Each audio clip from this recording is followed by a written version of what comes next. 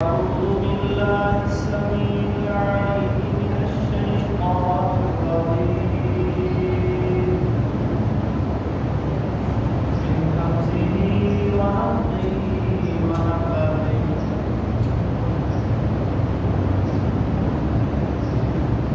الحمد لله الذي وهب لي على الكبر إسماعيل وإسحاق إن ربي لسميع الدعاء رب اجعلني مقيم الصلاة ومن ذريتي ربنا وتقبل دعاء ربنا اغفر لي ولوالدي وللمؤمنين يوم يقوم الحساب. قال النبي صلى الله عليه وآله وسلم إن الله اصطفى كنانة من ولد إسماعيل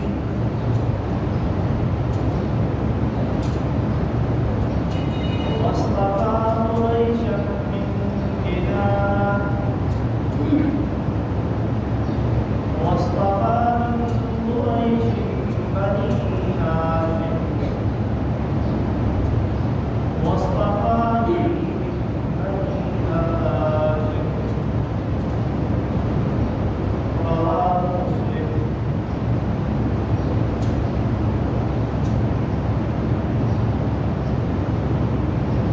اسلام کے 5 بنیادی ارکان میں سے آخری رکن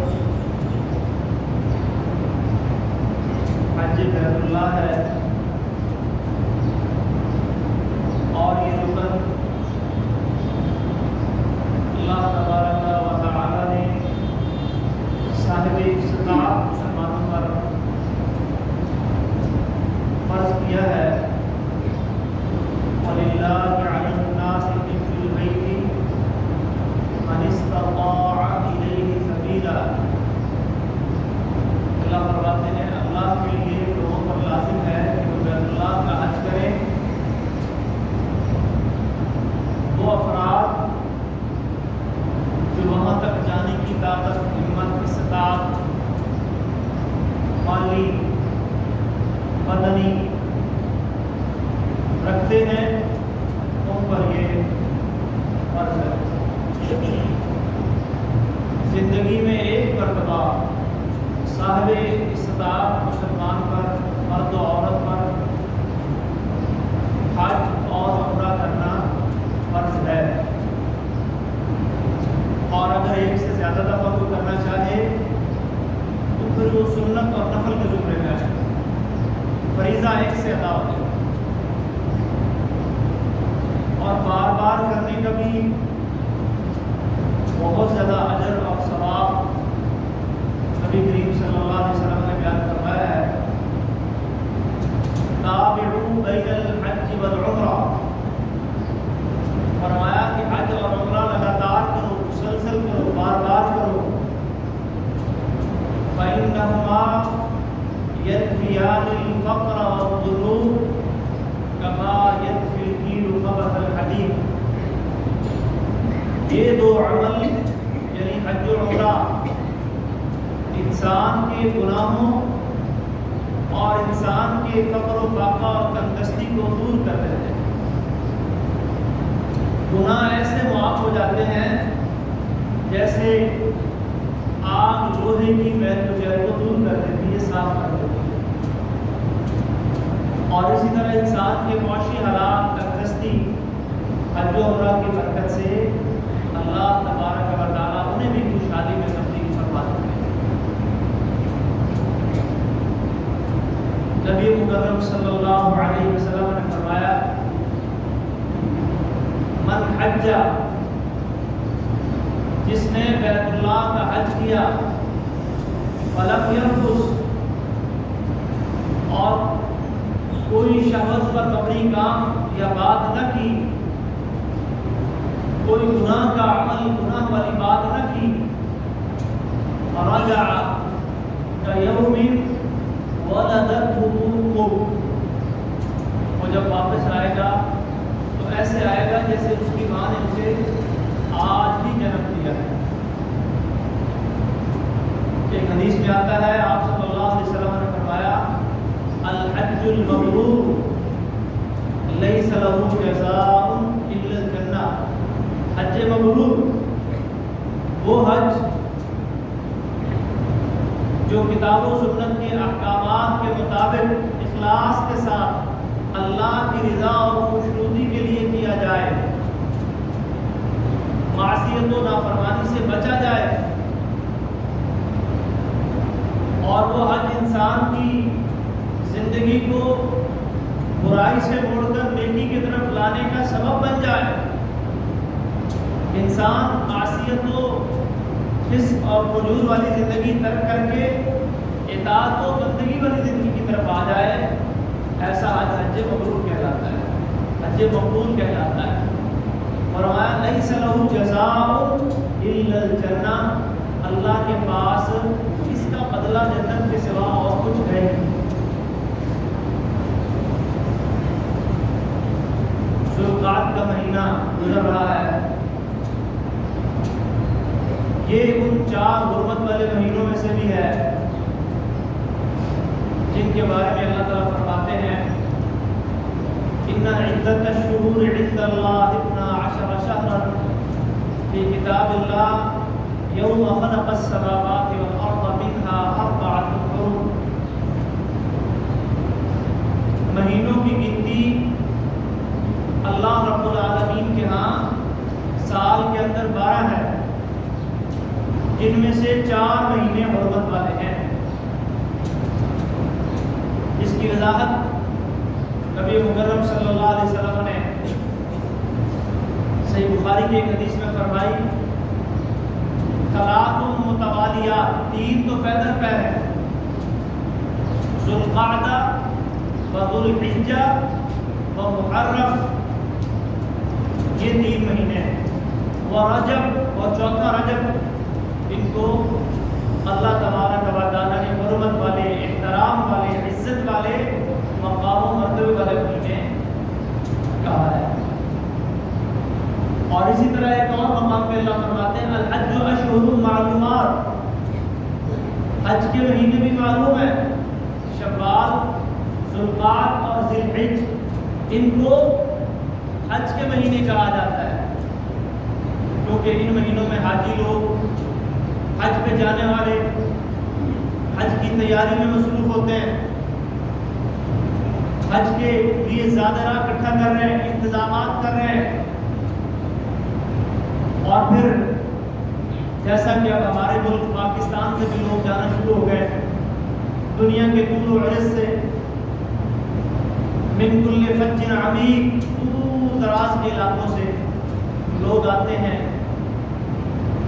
اور حج بیت اللہ کی سعادت حاصل کرتے ہیں۔ خوش نصیب ہیں وہ افراد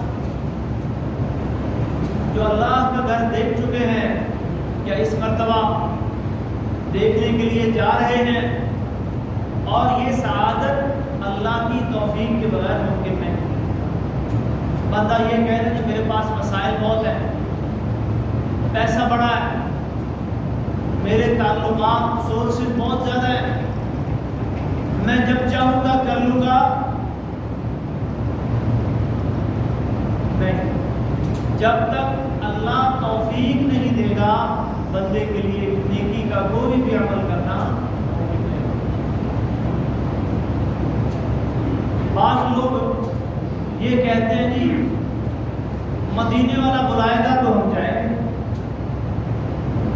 جب تک مدینے سے بلاوا نہیں آئے گا ہم نہیں جا سکتے۔ بعض لوگوں نے یہ بات مشہور کر رکھی ہے، عقیدہ بنا رکھا ہے۔ مدینے والے سے مراد جناب محمد رسول اللہ صلی اللہ علیہ وسلم، لیکن محترم بھائیوں، کتاب و سنت کی روشنی میں یہ بات بھی غلط ہے۔ نے یا نیکی کا کوئی بھی عمل ہم نے اللہ کی رضا کے لیے کرنا ہے اور اللہ ہی کے لیے کرنا ہے. ان صلاتی و نسکی و محیای و مماتی للہ رب العالمین. میری نماز، میری قربانی، میرا جینا، میرا مرنا، میری زندگی کے تمام عبادات، تمام افعال اقوال یہ اللہ کے لیے ہے. یہ خود اللہ نے قرآن کریم میں نبی کریم صلی اللہ علیہ وسلم کو مخاطب کر کے کہا ہے کہ نبی آپ بھی کہہ دیں، اور ہمیں بھی یہی حکم ہے. تو حج اور عمرے کی سعادت مدینے والے کے بلانے سے نہیں بلکہ اللہ کی توفیق سے. ہاں جب آپ حج و عمرہ کے لیے حرمین شریفین کی زیارت کے لیے جائیں تو مکہ بھی جائیں، عمرہ بھی ادا کریں، اور حج پہ گئے ہیں تو مکہ کے علاوہ جو دیگر مناسک حج مینا میں، عرفات میں، مزدلفہ میں ادا ہوتے ہیں وہاں بھی جانا پڑے گا. اور اس کے ساتھ ساتھ پھر مسجد نبوی کی زیارت بھی کریں. رسول اللہ صلی اللہ علیہ وسلم نے ارشاد فرمایا لا تشد الرحال الا الى ثلاثه مساجد. اجر اور ثواب کی نیت سے اگر آپ سفر کر کے جانا چاہتے ہیں تو صرف 3 جگہوں کی طرف جانا جائز ہے. ان 3 جگہوں کے علاوہ لا تعمل المطیع. ایک حدیث میں آتا ہے کہ سواریوں کو کام میں نہ لایا جائے، سواریوں کو تیار نہ کیا جائے. لا تشد الرحال، سواریوں پر کجاوے نہ کسے جائیں، رخت سفر نہ باندھا جائے، مگر ان 3 جگہوں، ان 3 مساجد، ان 3 مقامات کے لیے ان کی طرف آپ اجر ثواب کی نیت سے جائیں، زیارت کی نیت سے جائیں، اجر ملے گا، ثواب ملے گا. ان میں سے ایک مقام مسجد نبوی کی، اللہ کا گھر بیت اللہ ہے، اور تیسرا مقام مسجد اقصی جسے بیت المقدس کہا جاتا ہے. بعض لوگ ان 3 مقامات کے علاوہ بھی کچھ علاقوں کی زیارت کے لیے جاتے ہیں. نام رکھا جی زیارت کے لیے جا رہے ہیں. کہاں جا رہے ہیں؟ ایران جا رہے ہیں، عراق جا رہے ہیں، شام جا رہے ہیں. کیا کرنے جا رہے ہیں؟ زیارات کے لیے جا رہے ہیں. تو محترم بھائیوں، ایران، عراق، شام، مصر، دنیا کا کوئی بھی ملک ہو، دنیا کی کوئی بھی جگہ ہو، وہاں آپ اپنے کسی مقصد کے لیے، کسی کاروباری یا تعلیمی سفر کے لیے، کسی میڈیکل کے پرابلم کے لیے جانا چاہتے ہیں، علاج معالجے کے لیے جانا چاہتے ہیں، سیر و سیاحت کے لیے جانا چاہتے ہیں، اسلام کوئی پابندی نہیں لگاتا. لیکن اگر آپ یہ کہیں کہ ہم اجر اور ثواب کی نیت سے جا رہے ہیں شام، ہم اجر اور ثواب کی نیت سے جا رہے ہیں عراق یا ایران یا فلاں فلاں ممالک، اور وہاں جا کے ہم بزرگان دین کی وہ جو قبریں ہیں ان کی زیارتیں کریں گے اور اس میں ہمیں ثواب ملے گا،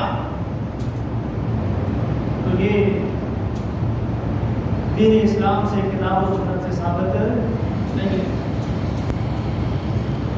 دین اسلام میں اگر اجر اور ثواب کی نیت سے سفر کرنا جائز ہے تو وہ صرف ان 3 مقامات کی طرف، اور یہ صحیح بخاری مسلم کی حدیث ہے لا تشد الرحال الا الى 3 مساجد. صرف ان 3 مسجدوں کی طرف آپ ثواب اور اجر کی نیت سے سفر کر کے جا سکتے ہیں، اس کے علاوہ نہیں جا سکتے.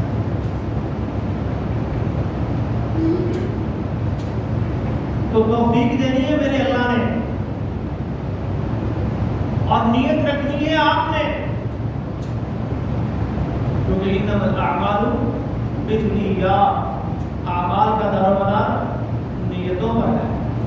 وانما لکل امرئ ما نوى، اور ہر بندے کے لیے وہی ہے جس کی وہ نیت کرے گا. اگر اس کی نیت اچھی ہے تو اللہ رب العالمین اس کی نیت کی وجہ سے ہی بس اوقات اسے بہت سی نیکیاں، بہت سے اجر و ثواب عطا فرماتے ہیں. اور اگر بندے کی نیت ہی نہیں ہے، بندے کا نیکی کرنے کا ارادہ ہی نہیں ہے، صحیح مسلم میں ایک حدیث آتی ہے نبی کریم صلی اللہ علیہ وسلم نے فرمایا من ماتا، جو بندہ اس حال میں فوت ہو گیا، لم یغزو، اس نے غزوہ نہیں کیا، جہاد نہیں کیا، اللہ کے دین کی سربلندی کے لیے وہ جہاد کے عمل کی طرف نہیں بڑھا، وَلَمْ يُحَدِّثْ بِهِ نَفْسًا، اس کا کوئی پروگرام بھی نہیں بنایا، نیت بھی نہیں کی، تیاری بھی نہیں کی، سوچا بھی نہیں کبھی۔ اور یہ صرف جہاد کی بات ہی نہیں ہے، جتنے بھی دین اسلام کے فرائض ہیں یا اسلام کے بنیادی ارکان ہیں، یہ مسئلہ ان سب کے لیے، حج بیت اللہ کے لیے بھی ہے۔ کیا آپ کے دل میں کوئی شوق ہی نہیں ہے، آپ نے کبھی اس کا ارادہ ہی نہیں کیا، یا اس کے لیے کوئی تیاری نہیں کی، کوئی پلاننگ نہیں کی کہ میں اپنا کوئی مال، کوئی جمع پونجی اکٹھی کروں، کوئی ترتیب لگاؤں اور میرے اوپر حج فرض ہو چکا ہے، میں حج کے لیے نکلوں، اس سال ارادہ بناؤں، اس سال نہیں جا سکا، اگلے سال کی کوئی ترتیب بناؤں۔ رسول اللہ صلی اللہ علیہ وسلم فرما رہے ہیں من مات ولم یغزو ولم یحدث به نفسا مات علی شعبۃ من النفاق، وہ بندہ کس حال میں مرے گا؟ نفاق کی ایک شاخ کے اوپر اس کی موت ہوگی، جس نے اسلام کے ایک فریضے کو ادا کرنے کا کوئی پروگرام مرتب نہیں کیا، کوئی تیاری نہیں کی، اس کے دل میں کبھی کوئی خیال ہی نہیں آیا۔ محترم بھائیو، حج بیت اللہ کا بھی یہی معاملہ ہے۔ رسول اللہ صلی اللہ علیہ وسلم کی ایک حدیث ہے کہ جو بندہ حج پر جانا چاہتا ہے اسے چاہیے کہ وہ جلد از جلد حج کر لے، اس میں زیادہ تاخیر نہ کرے۔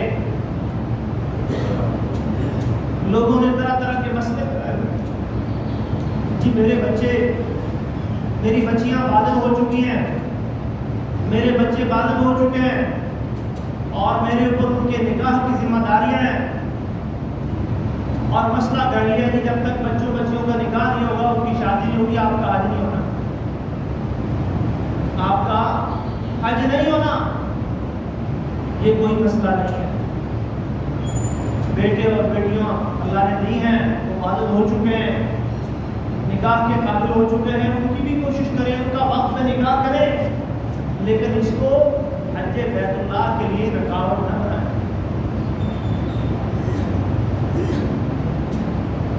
تو حج بیت اللہ کا جب مہینہ آتا ہے، یہ جو مہینے گزر رہے ہیں، شوال کا مہینہ، ذوالقعدہ کا مہینہ اور ذوالحج، جس میں یہ عظیم عمل سر انجام پاتا ہے، تو کتاب و سنت کا جب ہم مطالعہ کرتے ہیں اور مناسک حج پہ ہم جب نگاہ دوڑاتے ہیں، حج میں ہم احرام باندھتے ہیں، تلبیہ لبیک اللہم لبیک کہتے ہیں، تیاری کرتے ہیں، زادرات لیتے ہیں، بیت اللہ پہنچتے ہیں اور اللہ کے گھر کا طواف کرتے ہیں، مقام ابراہیم کے پیچھے جا کے 2 رکعت نماز ادا کرتے ہیں، حجر اسود اس کا استلام کرتے ہیں، ملتزم کے ساتھ سمٹ کر دعائیں مانگتے ہیں، اور پھر صفا مروہ کی طرف جا کے صفا مروہ کے درمیان 7 چکر لگاتے ہیں، زمزم کا پانی پیتے ہیں، مینا کی طرف جانا اور پھر وہاں سے عرفات میں پہنچنا اور پھر وہاں سے مزدلفہ اور واپس مینا، جمرات کو کنکریاں ماری جا رہی ہیں، سر کے بال منڈوائے جا رہے ہیں، قربانیاں اللہ کے حضور پیش کی جا رہی ہیں۔ یہ سارے مناسک حج کہلاتے ہیں، یعنی حج کی عبادات، ان کو مناسک حج کہتے ہیں۔ اور جب ہم ان مناسک کے اندر تھوڑا غور کرتے ہیں تو ہم پیچھے چلے جاتے ہیں، ہم دیکھتے ہیں یہ کام جو ہم کر رہے ہیں، ان کی تاریخ کیا ہے، ان کی ہسٹری کیا ہے، یہ کب سے شروع ہوئی، یہ عبادات، یہ مناسک جن کو انبیاء کرام نے ادا کیا، جناب محمد رسول اللہ صلی اللہ علیہ وسلم نے ادا کیا، صحابہ و تابعین نے ادا کیا، بزرگان دین، ائمہ، محدثین، مفسرین ادا کرتے چلے آئے، اور آج بھی ہر سال لاکھوں فرزندان توحید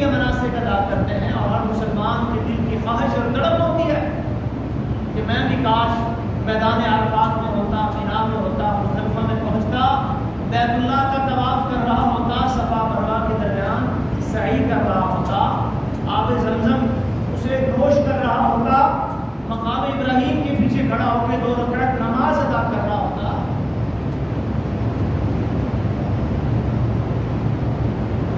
بھائیوں قربانیوں کی عظیم داستان ہے ان سب مناسب کے پیچھے۔ اللہ کے جلیل القدر پیغمبر خلیل اللہ، ابو الانبیاء کیوں نہیں کہا جاتا ہے، جد الانبیاء بھی کہا جاتا ہے، حضرت ابراہیم علیہ السلام عراق میں پیدا ہوئے، بڑے وحی نبوت کے منصب میں سرفراز ہوئے، قوم کو، گھر والوں کو، خاندان کو، بادشاہ وقت کو دعوت دی، کوئی نہیں مانا، سارے مخالف اور دشمن ہو گئے،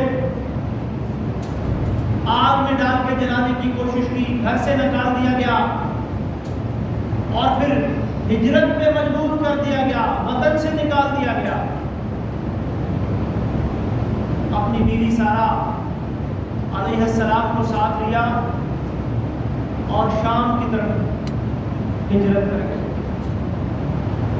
ملک شام، جہاں مسلمانوں کا تیسرا مقدس مقام یعنی بیت المقدس مسجد اقصی، اس کی ابھی بات ہو رہی تھی کہ جہاں کا سفر بھی باعث اجر و ثواب ہے، وہاں چلے گئے اور وہاں اپنا مسکن بنا لیا۔ راستے میں اللہ نے ایک اور امتحان لیا، مصر سے گزرتے ہوئے وہاں کا ظالم اور جابر بادشاہ، اس نے آپ کی زوجہ پر بری نیت ڈالی اور بری نیت کے ساتھ وہ آپ کی زوجہ کی طرف بڑھا، لیکن اللہ کی پکڑ میں آ گیا، بار بار پڑھنے کی کوشش کی، اللہ کی پکڑ میں آتا رہا اور بالآخر اس نے اپنی اس بری نیت اور برے ارادے سے توبہ کی اور چھوڑ دیا ابراہیم اور حضرت سارہ کو، اور ساتھ ہی خدمت کے لیے اپنی بیٹی بھی دی۔ عربی زبان میں آجر ہے، آجر اجرت سے خدمت کرنے والی، آہستہ آہستہ پھر یہ نام حاجر ہو گیا اور حاجر سے پھر حاجرہ بن گیا۔ حضرت حاجرہ علیہ السلام یہ مصر کی رہنے والی تھی، خدمت کے لیے دی اور پھر حضرت ابراہیم علیہ السلام نے ان سے نکاح کر لیا۔ اللہ تبارک و تعالیٰ نے پھر ابراہیم علیہ السلام کو حضرت حاجرہ سے ایک بیٹا عطا کیا، اور اسی کے بارے میں پھر اللہ تبارک و تعالیٰ قرآن میں فرماتے ہیں، الحمدللہ الذی وہب لی علی الکبر، شکر اس اللہ کا جس نے مجھے بڑھاپے میں، بڑی عمر کے اندر اللہ نے جا کے اولاد، بڑھاپے میں مجھے اللہ نے اسماعیل عطا فرمایا، اور پھر اللہ نے پہلی زوجہ حضرت سارہ کے وطن سے بھی ایک بیٹا دیا جس کا نام اسحاق، تو بعد میں پیدا ہوا۔ الحمدللہ الذی وہب لی علی الکبر اسماعیل و اسحاق، ابراہیم علیہ السلام اللہ کا شکریہ ادا کر رہے ہیں، اللہ تیرا شکر ہے، تیری تعریفیں ہیں کہ تو نے مجھے بڑھاپے کے اندر یہ 2 بیٹے عطا فرمائے، اور اللہ نے ان بیٹوں کی خوشخبریوں اور بشارتیں ابراہیم علیہ السلام کو پہلے ہی دے دی۔ اسماعیل علیہ السلام کی خوشخبری دی اور فرمایا وبشرناہ بغلام حلیم، علم سے ہم نے ابراہیم علیہ السلام کو ایک بردبار بچے کی، ابراہیم اللہ سے دعائیں مانگتے تھے، رب ہب لی من الصالحین، اللہ مجھے نیک اولاد عطا، نیک بیٹا عطا فرما۔ اللہ نے پہلے اسماعیل کی بشارت دی، رب ہب لی من الصالحین کی دعا کو اللہ نے قبول کیا، فرمایا وبشرناہ بغلام حلیم، بڑا ہی بردبار، تحمل مزاج، برداشت رکھنے والا بیٹا۔ ہم نے ابراہیم کو اس بیٹے کی بشارت، اس کا مطلب یہ علم اور برداشت یہ بھی اللہ کی ایک بہت بڑی نعمت ہے، اسی لیے تو اللہ اس کو بطور نعمت ابراہیم علیہ السلام کے سامنے ذکر کر رہے ہیں کہ ابراہیم ہم نے تجھے ایک بردبار بیٹے کی بشارت اور اسحاق کی بشارت دی، تو کن الفاظ میں؟ وبشرناہ بغلام علیم، علم رکھنے والا، دونوں کی بشارت ہے۔ اور پھر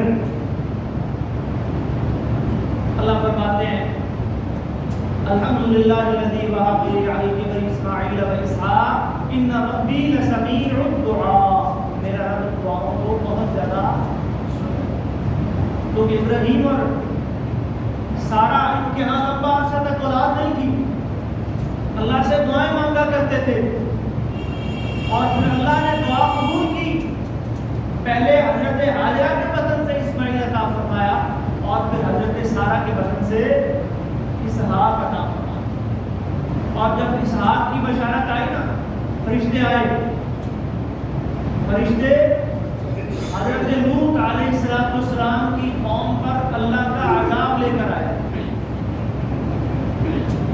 جاتے جاتے حضرت ابراہیم علیہ السلام کے قریب سے گزرے، مہمان بن کر گئے۔ هل اتاک حدیث ضیف ابراہیم المکرمین، کیا آپ کے پاس ابراہیم علیہ السلام کے معزز مہمانوں کی خبر آئی؟ مہمان بن کے گئے، اجنبی بن کے گئے۔ ابراہیم علیہ السلام نے نہیں پہچانا کہ یہ کون ہے، انہوں نے سمجھا مہمان ہے، اور ابراہیم علیہ السلام بڑے مہمان نواز تھے۔ جلدی جلدی ان کے گھر گئے، سلام دعا کے بعد گھر والوں کو کہا کہ کھانا تیار کرو۔ ایک بچڑا ذبح ہوا، اس کو بھونا گیا، فجاء بعجل حنیذ، بھنا ہوا بچڑا لے کر مہمانوں کے سامنے لا کے رکھا۔ فلما رأى أيديهم لا تصل إليهم، جب دیکھا کہ مہمانوں کے ہاتھ کھانے کی طرف نہیں بڑھ رہے،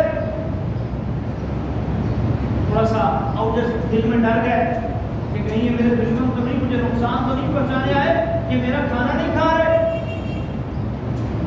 ہو سکتا ہے میرے دشمن ہو، مجھے کوئی جانی مالی نقصان پہنچانے کے لیے آئے ہوں، اسی لیے میرا کھانا نہیں کھا رہے نا۔ تو پھر فرشتوں نے اپنا راز افشا کیا کہ ہم انسان نہیں، ہم فرشتے ہیں۔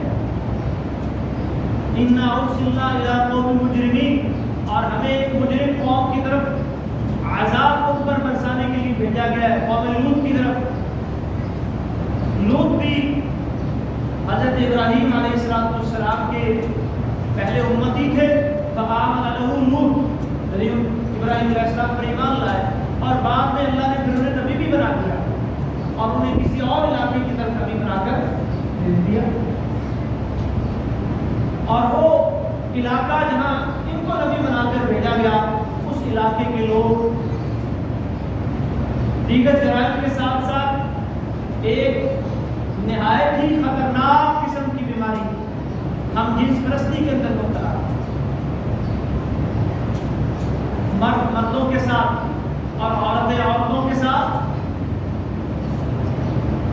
ہم جنس پرستی کے اندر ملوث تھی۔ لوط علیہ السلام نے انہیں اللہ کا پیغام سنایا اور اس برے فعل اور اس گناہ سے روکا، وعیدیں سنائی، لیکن بات نہ آئے۔ پھر اللہ کا عذاب آیا، اور عذاب کس طرح آیا؟ اللہ نے آسمان سے پتھروں کی بارش کی اس قوم کے اوپر، حاسباً پتھر برسے آسمان سے، اور پھر اللہ ان کی بستی کو، ان کے علاقے کو اٹھا کر اوپر لے گیا، اتنا اوپر لے گیا، اتنا اوپر لے گیا کہ اس بستی کی آوازیں فرشتوں کو سنائی دینے لگی، آسمان کے قریب اس بستی کو اٹھا کے اللہ کے فرشتے اللہ کے حکم سے لے گئے، اور پھر وہاں سے اس کا رخ تبدیل کر دیا گیا، زمین کا رخ جو اوپر کو ایسے جا رہا تھا اس کو الٹ دیا گیا، بدل دیا گیا، اور یہ پوری کی پوری بستی زمین کے اندر نظر۔ یہ بدترین قسم کا عذاب، سخت قسم کا عذاب، عذاب شدید، علیم، عظیم، مہین، رسوا کرنے والا عذاب اللہ تبارک و تعالیٰ نے لوط کی قوم پر ڈالا۔ تو فرشتوں نے کہا کہ ہم تو انسان نہیں ہیں، ہم تو فرشتے ہیں، اور لوط علیہ السلام کی قوم پر اللہ کا عذاب لے کے جا رہے ہیں۔ جاتے جاتے آپ سے ملاقات کرنی تھی اور اللہ کا ایک پیغام آپ تک کو جانا تھا۔ وہ پیغام کیا تھا؟ وہ پیغام یہی تھا کہ خوشخبری نہیں دیا ہے۔ کیا خوشخبری ہے تھی؟ فبشرناہ بغلام علیم، علم رکھنے والے بیٹے کی ہم نے ابراہیم اور سارہ کو کیا دی؟ بشارت دی۔ اچھا اب عمر اتنی زیادہ ہو چکی تھی کہ حضرت سارہ علیہ السلام تھوڑا حیران بھی ہوتی کہ اس عمر میں جب میں بوڑھی ہو چکی ہوں، میرا خاوند میرا شوہر بھی بوڑھا ہو چکا ہے،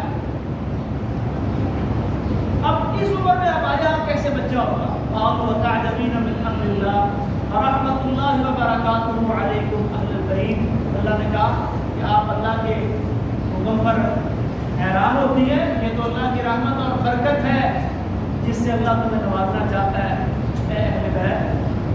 اللہ تبارک و تعالیٰ نے دوسرا بیٹا حضرت اسحاق عطا ابراہیم علیہ السلام جب بھی کوئی نیک عمل کرتے یا اللہ کو خوشی عطا فرماتا تو وہ اللہ سے دعائیں کرنے سے نہیں روکتے۔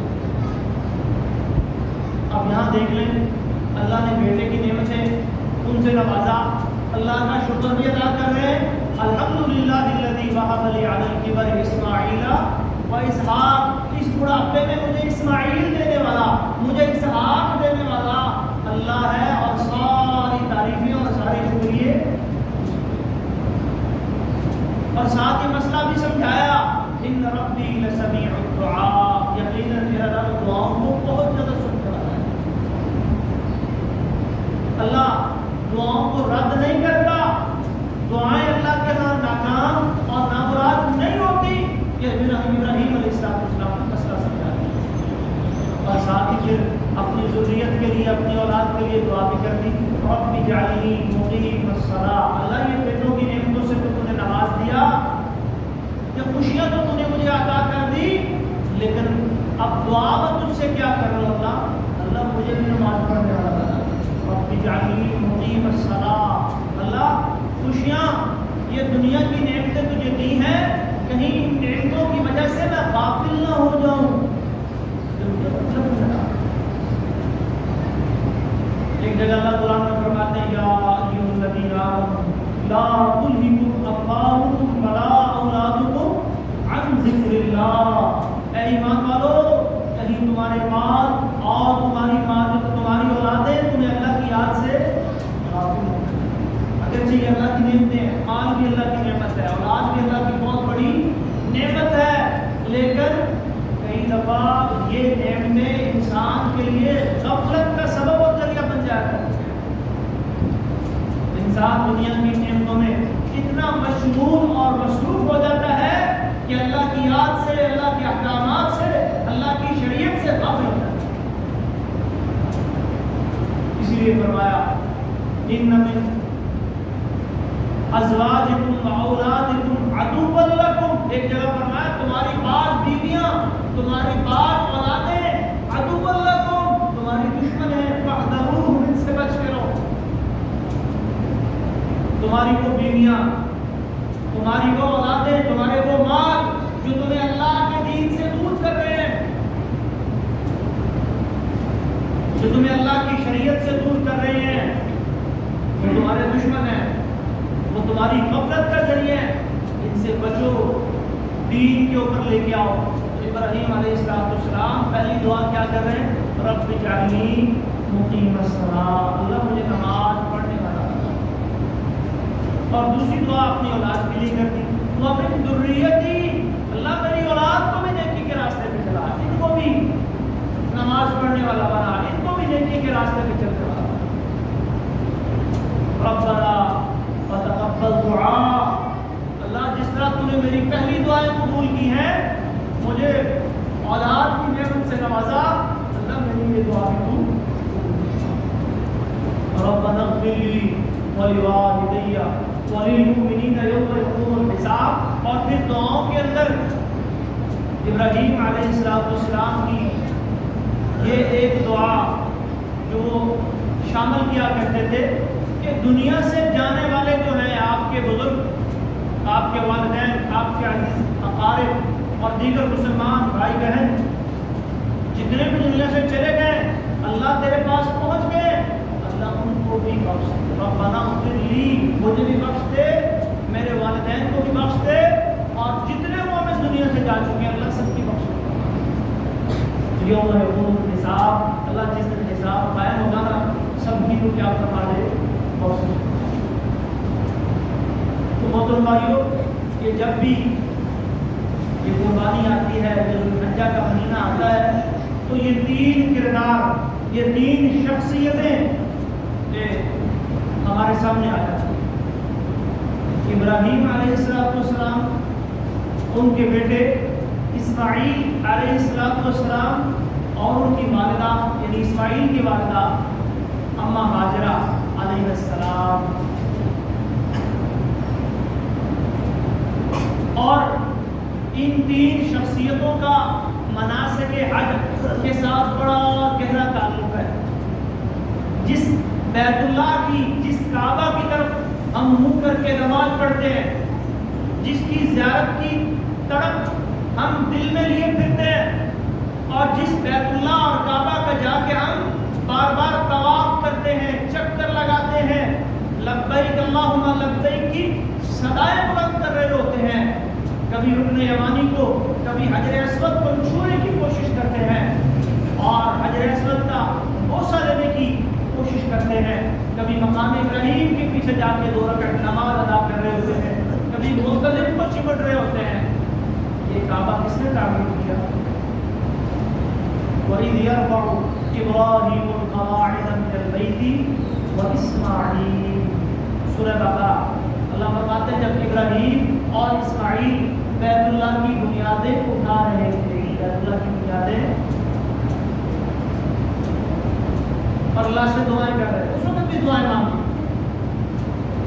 اور مسئلہ یہ سمجھ میں آتا ہے کہ کوئی بھی نیکی کا عمل کرتے ہوئے بھی، کرنے کے بعد بھی، کرنے سے پہلے بھی، اس عمل کی توفیق بھی اللہ سے دعا کی صورت میں مانگے، اس عمل کی قبولیت کا بھی اللہ سے سوال کرے، ربنا تقبل منا انک انت السمیع العلیم، اور وہ عمل کرتے کرتے آپ اور دعائیں بھی مانگے، نیکی کا وہ عمل کرتے کرتے آپ اور دعائیں، جیسے آپ نماز کے لیے آتے ہیں تو نبی صلی اللہ علیہ وسلم نے فرمایا کہ آپ رہو یقول آپ کو ربی ہو وساجد، سجدے کی حالت میں بندہ اللہ کے بہت زیادہ قریب ہوتا ہے، زیادہ سے زیادہ دعائیں مانگتے ہیں۔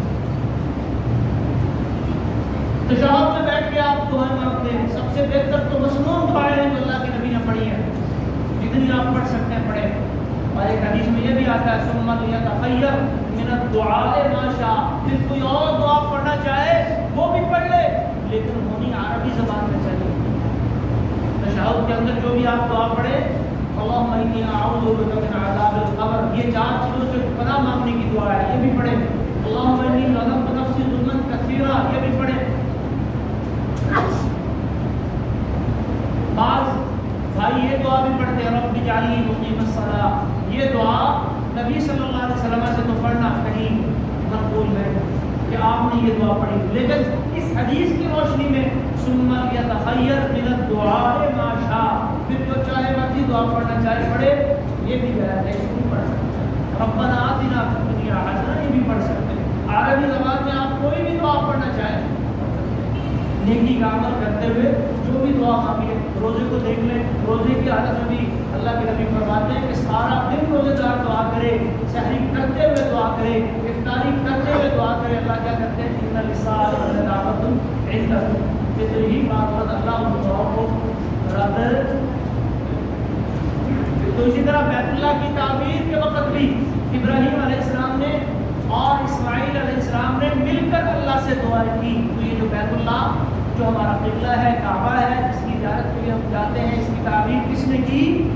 جناب ابراہیم اور جناب اسماعیل علیہ السلام۔ نہ صرف یہ کہ ان کی تعمیر کر دی، بلکہ اللہ نے ان کی یہ ذمہ داری بھی لگائی طاہرا بیتیا، ان دونوں نے مل کر میرے گھر کو صاف ستھرا بھی رکھا ہے۔ یہ میرا گھر ہے بیتیا، یہ جو بیت اللہ ہے، یہ جو مسجدیں ہوتی ہیں، یہ اللہ کا گھر ہوتی ہیں۔ ان کی تعمیر، ان کی تطہیر، ان کی آبادکاری، یہ اللہ نے نبیوں کے ذمہ کام لگایا، یہ نبیوں والا کام ہے۔ اللہ اگر آپ میں سے کسی کو یہ سعادت عطا کر دیتا ہے کہ وہ اللہ کے گھر کی خدمت کر رہا ہے، اللہ کے گھر کی صفائی اور ستھرائی کر رہا ہے، اسے خوشبودار کر رہا ہے، اس سے تنکے اٹھا رہا ہے، یا اس کی کسی بھی قسم کی آباد کاری میں وہ اپنا حصہ ڈال رہا ہے، تو یقین جانیے ایک بہت بڑی سعادت ہے۔ اس سے پیچھے نہیں ہٹنا چاہیے اور اس کو اپنے لیے بوجھ نہیں سمجھنا چاہیے کہ نہیں جی یہ تو فلاں کی مسجد ہے فلاں کرے، یہ فلاں کا کام ہے فلاں کرے، یہ فلاں جو ہے اس کی ذمہ داری ہے، امام صاحب کی ذمہ داری ہے، سب میں دونوں سیدھی کرنی ہے۔ ان جھاڑو کو یہاں سے خادم نے لگانا تھا، یہ پانی جو ہے بند کرنا فلاں کی ذمہ داری تھی۔ ٹھیک ہے آپ نے ذمہ داریاں تقسیم کر رکھی ہیں اور افراد رکھے ہوئے ہیں بھی اس نے صفائی کرنی ہے، اس نے پانی کے معاملات کو دیکھنا ہے، اس نے حراسہ کرنا ہے، اس نے بھائیوں ذمہ داری تو شرعی ذمہ داری تو سب کی ہے۔ اسلام تو یہ کہتا ہے کہ یہ سعادت سارے لوگ حاصل کریں۔ نبی کریم صلی اللہ علیہ وسلم ایک دفعہ نماز پڑھا رہے تھے تو اچانک آپ کی نظر قبلے والی دیوار کے سامنے پڑی، تو دیکھا کہ وہاں کسی نے ریٹ ناک سے نکلنے والا پھینکا ہوا ہے۔ نماز تو آپ نے پڑھائی، نماز ختم کی تو پھر آپ نے خود چھڑی لے کر اس کو اپنے ہاتھ سے صاف خوشبو منگوائی، اس پہ لگائی اور ناراضگی کا اظہار کیا۔ یہ کام کس نے کیا ہے؟ کون یہاں جماعت کرواتا ہے؟ مسجد نبوی نہیں تھی، کوئی اور مسجد تھی، جماعت کون کرواتا ہے؟ جی فلاں کرواتا ہے، اور میں آج کے بعد وہ مسئلے پہ کھڑا رہا ہوں۔ جسے یہ مسئلہ علم نہیں، اس مسئلے کا پتہ نہیں کہ مسجد کی صفائی ستھرائی یہ کتنی ضروری اور اہم ہے، اور نماز پڑھتے ہوئے قبلہ کی طرف اللہ ہوتے ہیں، قبلے کی طرف تھوکنا ریٹ پھینکنا عام حالات میں بھی جائز نہیں ہے، جائے کہ نماز کے اندر وہ تو بھائی ہم سب کی اجتماعی ذمہ داری ہوتی ہے مساجد اور مدارس کا انتظام و انتظام سنبھالنا، اس کو چلانا۔ ٹھیک ہے ایک بندے کو امیر اور مسئول بنا دیا جاتا ہے، جی فلاں ذمہ دار ہے، سب نے اس کے ساتھ چلنا ہوتا ہے، اس کا ممد و معاون، اس کا دست و بازو بننا ہوتا ہے۔ مسجد نبی کی تعمیر کو دیکھ لیں، خود اللہ کے نبی اس کی تعمیر میں شریک ہے۔ بیت اللہ کی جب قریش کے دور میں دوبارہ تعمیر ہوئی ہے، قریش کے دور میں بیت اللہ بہت نیچے چلا گیا تھا، سیلابوں کا پانی آتا تھا، اندر پانی اکٹھا ہو جاتا تھا۔ سوچا کہ اس کو دوبارہ تعمیر کیا جائے اور تھوڑا اونچا کیا جائے، بیت اللہ کو گرایا گیا اور نئے سرے پر دوبارہ تعمیر۔ خود اللہ کے نبی پتھر اٹھا کے لا رہے ہیں، مسجد نبی کی تعمیر ہو رہی ہے، پتھر اٹھا کے لا۔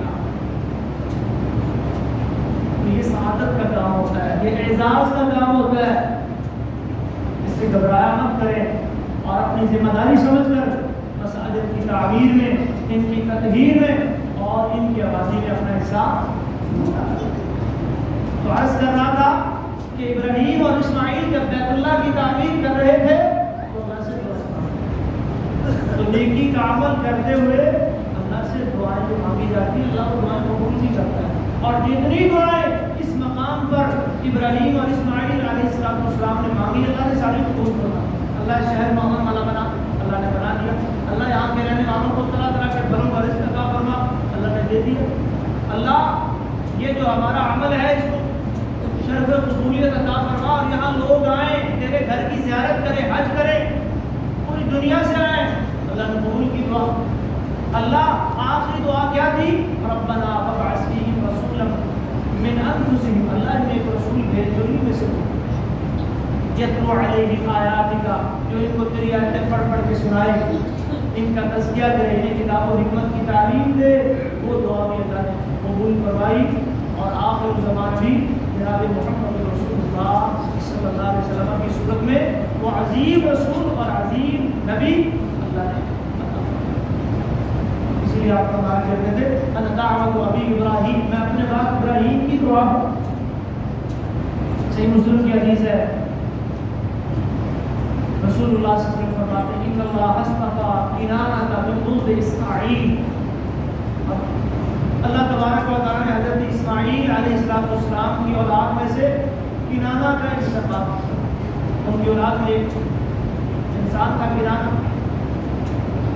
واصطفى قریشا من کنانہ، اور پھر کنانہ کی اولاد میں سے اللہ نے قریش نام کے ایک انسان کا انتخاب کیا، آگے چل کر پھر ایک بہت بڑا قبیلہ بن گیا، اور پھر قریش میں سے اللہ تبارک و تعالیٰ نے بنو ہاشم خاندان بنو قریش کی آگے 10 شاخیں تھیں، ایک شاخ بنو ہاشم کے نام سے معروف تھی، تو بنو ہاشم کا انتخاب کیا، اور آخر میں کیا ہوا، وَاسْتَفَانِي مِن بَنِي ہاشم، اور اللہ نے مجھے پھر بنو ہاشم میں سے چنا۔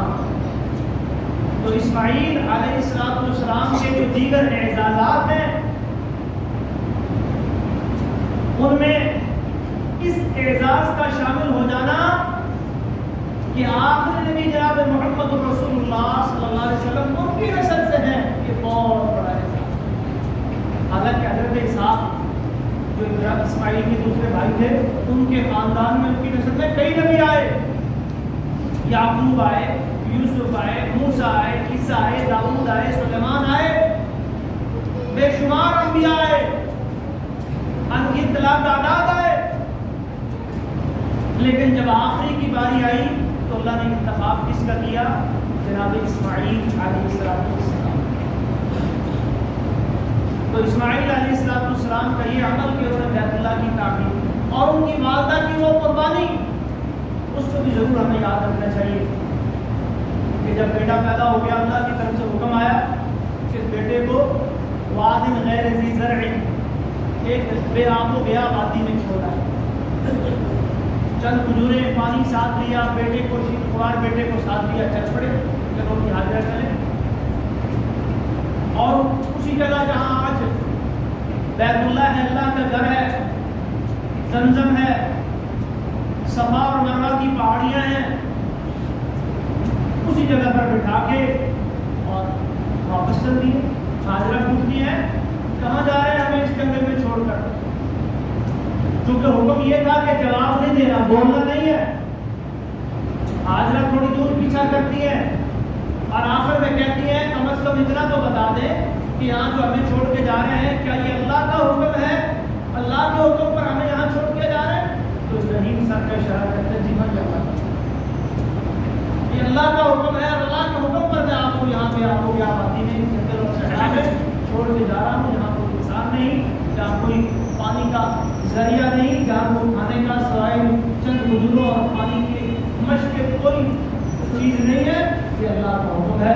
تو آگے سے ہماری ماں کیا فرماتی ہیں، اذن لن یضیعنا اللہ ابدا، اگر اللہ کا حکم ہے تو پھر اللہ ہمیں ضائع نہیں کرے، ضائع نہیں، اور اللہ نے ضائع نہیں کیا پھر جب کھجوریں اور پانی ختم ہو گیا تو ماں ہاجرہ نے صفا مروہ کے 7 چکر لگائے، وہی 7 چکر ہم لگاتے ہیں جسے ہم سعی کہتے ہیں، جس سے پہلے ہماری ماں نے لگایا، اور پھر 7ویں چکر پہ دیکھا کہ اسماعیل کے پاس کوئی کھڑا ہے، قریب آئی تو وہ اللہ کا ایک فرشتہ تھا، فرشتے نے اپنا پار مارا یا ایڑی ماری، 2 حدیثیں آتی دونوں مخالف کی، ہر کبھی ذکر آتا ہے ایڑی کبھی ذکر آتا ہے، اور مشہور عوام میں یہ ہو چکا ہے کہ اسماعیل نے ایڑیاں رکھ لی، اسماعیل کے ایڑیاں رکھنے سے کنواں چشمہ جاری نہیں ہوا، فرشتے نے پاؤں مارا تھا یا پر مارا تھا، اس سے پانی نکلا، جسے زمزم کا پانی ہے وہ کہا جاتا ہے، جسے ہم پینا اپنے لیے باعث برکت سمجھتے ہیں،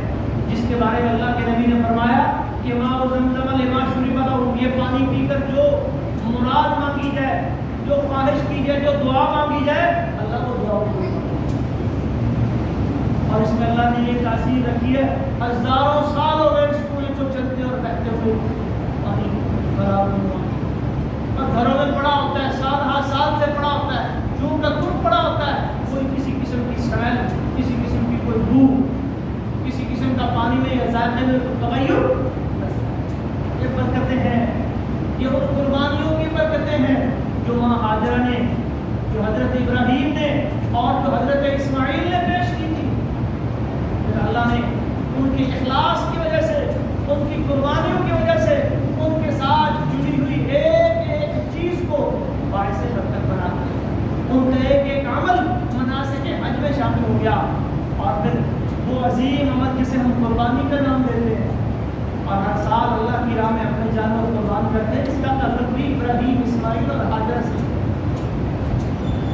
فلما بلغ معه السعي قال يا بني إني أرى في المنام أني أذبحك فانظر ماذا ترى. جب اسماعیل چلنے پھرنے دوڑنے کے قابل ہو گئے، باپ ابراہیم آئے، آتے رہتے تھے گاہے ملاحے اپنے بچوں کو دیکھنے. خواب سنایا، ہاجرہ کو سنایا، بیٹے اسماعیل کو سنایا، بیٹا میں نے خواب دیکھا ہے. اور انبیاء کا خواب رؤیا الانبیاء وحی ہوتا ہے، سچا ہوتا ہے، اللہ کا حکم ہوتا ہے. میں خواب میں تمہیں ذبح کرتا ہوں. اگرچہ قربانی تو آدم علیہ السلام کے دور سے چلی آ رہی ہے، آدم کے 2 بیٹوں نے بھی قربانی کی، لیکن انسان کی قربانی کا مطالبہ اللہ نے پہلی بار حضرت ابراہیم سے کیا کہ قربانی دو کسی انسان. اور انسان بھی کوئی اجنبی نہیں، اپنا بیٹا، اپنا لخت جگر. کون سا لخت جگر؟ جو بڑھاپے میں ملا، جو برس کی دعاؤں کے بعد ملا تھا. کتنا بڑا امتحان اللہ نے لیا. باپ کا بھی امتحان، ماں کا بھی امتحان، اور سب سے بڑھ کر اس بچے، چھوٹے بچے کا بھی امتحان. اب باپ بیٹے سے پوچھتے ہیں کہ بیٹا انظر ماذا ترى، تو بتا تیرا کیا ہے، تیری کیا رائے ہے، کیا کرنا چاہیے. خواب آیا مجھے. اب بیٹا بھی نبی کا بیٹا تھا، سمجھتا تھا کہ باپ نبی ہے اور نبی کا خواب وحی ہوتا ہے. بڑی اطاعت کے ساتھ، بڑے ادب و احترام کے ساتھ کیا جواب ملا؟ یا ابت افعل ما تؤمر، ابا جان جو حکم ملا ہے کر گزریے. ستجدنی انشاء اللہ من الصابرین، مجھے آپ صابرین میں سے پائیں گے، مجھے آپ صالحین میں سے پائیں گے. واذکر فی الکتاب اسماعیل انہ کان صادق الوعد وکان رسولا نبیا. بڑے عظیم رسول اور نبی اللہ نے اسماعیل علیہ السلام کو بنایا، لے کے چل پڑے. اور راستے میں شیطان آیا، مختلف ہیلوں سے، مختلف شکلوں میں آ کے بہکانے اور بنانے کی کوشش کی. ابراہیم علیہ السلام بار بار پتھر اٹھا کے اس کی طرف پھینک رہے. یہ بھی سنت بن گئی. یہ جو ہم رنگی جمرات کرتے ہیں، جمرات کو نظریہ مارتے ہیں، یہ وہی پتھر تھے جو شیطان کو دھتکارنے کے لیے، شیطانی وسوسوں اور خیالات کو دور کرنے کے لیے ابراہیم علیہ السلام نے جب اپنے بیٹے کو مینا کے میدان میں قربان گاہ کی طرف لے کے جا رہے تھے، شیطان نے بارہا آ کے برگلانے کی 3 مقامات پہ آ کے اس نے برگلایا. ابراہیم نے پتھر اٹھائے، اس کی طرف پھینکے. وہیں 3 نشان بن گئے، جمرات جنہیں کہا جاتا ہے. اور مینا کے میدان میں وہ ہیں، اور وہاں پر کیا کیا جاتا ہے، ہم ان کو ساتھ کرتے ہیں. یہ حج کے مناسب. اور پھر میدان مینا میں پہنچ کے فلما اسلم وتلہ للجبین، دونوں راضی ہو گئے. باپ ذبح کرنے کے لیے راضی ہو گیا، بیٹا ذبح ہونے کے لیے راضی ہو گیا. وتلہ للجبین، اور جبین نیاز کے بل پہ بیٹے کو لٹا لیا، دائیں کروٹ پہ لٹا لیا، اور گردن پہ چھری چلانے کی پوری تیاری کر لی. وَنَادَيْنَاهُ يَا إِبْرَاهِيمُ، اللہ کی طرف سے آواز ہے، ابراہیم قد صدقت الرؤيا، تو نے اپنا خواب سچا کر دیا ہے. إِنَّ هَذَا لَهُوَ الْبَلَاءُ الْمُبِينُ، بلاء العظیم. یہ بڑا امتحان تھا، ابراہیم کو اس میں بھی کامیاب ہو. وَفَدَيْنَاهُ بِذِبْحٍ عَظِيمٍ، آپ نے پھر ایک عظیم ذبیحہ اسماعیل کی بیٹی نے بھیجا، وہ ابراہیم نے ذبح کیا. اور جن کی یاد میں آج ہم یہ عید الاضحیٰ کے موقع پہ 10 ذوالحجہ کو اپنے جانور قربان. تو یہ ساری یادیں، یہ سارے مناسک حج، یہ ساری عبادات محترم بھائیوں حضرت ابراہیم سے، اسماعیل سے اور ہاجرہ سے جڑی ہوئی ہیں. یہ وہ عظیم ہستیاں ہیں، یہ وہ عظیم شخصیات ہیں جن کے ان اعمال کو اللہ نے ہمارے لیے مناسک حج کی صورت میں محفوظ کر دیا. اور یہ مسئلہ سمجھا دیا کہ انسان اپنی سیرت و کردار سے برس بھی گزر گئے، ہزاروں سال بھی گزر گئے، دلوں میں زندہ رہتے ہیں. لوگ آپ کو مال کی وجہ سے یاد نہیں کریں گے، لوگ آپ کو آپ کے عہدے اور منصب کی وجہ سے یاد نہیں کریں گے، بلکہ ہو سکتا ہے گالی پڑے بعد میں. نمونے دیکھ رہے ہیں آپ کیا ہو رہا ہے، بڑے بڑے منصبوں والوں کے ساتھ ہیں. اگر یاد کریں گے لوگ آپ کو، تو آپ کی اچھی سیرت کی وجہ سے کریں گے، آپ کے اچھے کردار کی وجہ سے کریں گے، آپ کے ایمان کی وجہ سے کریں گے، آپ کی اللہ کے دین کے لیے قربانیوں کی وجہ سے کریں گے۔ آج بلال حبشی کی قربانیاں ہم یاد ہیں، آج خباب اور خبیب کی، عمار اور سلمان فارسی کی قربانیاں وہ ہمارے سامنے ہیں۔ آج ابراہیم، اسماعیل اور ماں ہاجرہ کی قربانیوں کو ہم یاد کرتے ہیں اور ان جیسا بننے کی اللہ سے دعائیں کرتے ہیں۔ اللہ تبارک و تعالیٰ ہمیں بھی وہ اخلاص، وہ قربانی کا جذبہ، وہ دعائیں مانگنے کی تڑپ اللہ عطا فرمائے۔ اللہ جو ہمارے ساتھی بھائی بہنیں تیرے گھر کی زیارت کے لیے گئے ہیں، اللہ کو خیر و عافیت سے مناسک حج ادا کرنے کی توفیق عطا فرما۔ جو نہیں جا سکے اللہ ان کے لیے بھی بندوبست فرما، ان کو بھی توفیق عطا فرما۔ اللہ جو یہاں موجود ہیں اللہ ہم سب کو کتاب و سنت کے مطابق مصنون زندگی گزارنے کی توفیق عطا فرما۔ وآخر دعوانا ان الحمد للہ رب العالمین۔ وقولوا قولی ھذا